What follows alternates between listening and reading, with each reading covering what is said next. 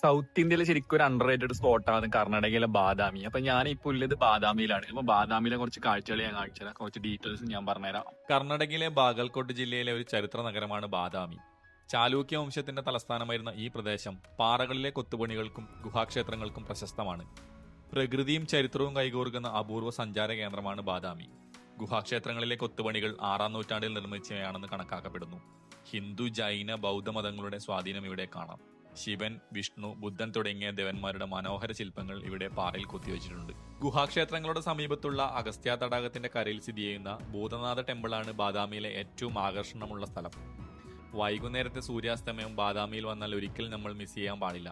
അത്രയ്ക്ക് മനോഹരമാണ് ആ സമയത്ത് ഇവിടുത്തെ കാഴ്ച. 6 മണിക്ക് ടെമ്പിൾ ക്ലോസ് ചെയ്യുന്നത് വരെ അഗസ്ത്യ തടാകത്തിന്റെ പടവിലിരുന്നാൽ ഭൂതനാഥ ടെമ്പിൾ നല്ല ഗോൾഡൻ കളറിൽ നമുക്ക് കാണാൻ സാധിക്കും. ശരിക്കും ബാദാമി കാഴ്ചകളിലെ ഏറ്റവും ഹൈലൈറ്റും ഇത് തന്നെയാണ്. ഈ ഒരു സൺസെറ്റ് കാണാതെ നിങ്ങൾ മടങ്ങിയാൽ ബാദാമിയിലെ കാഴ്ചകൾ ഒരിക്കലും പൂർണ്ണമാവില്ല.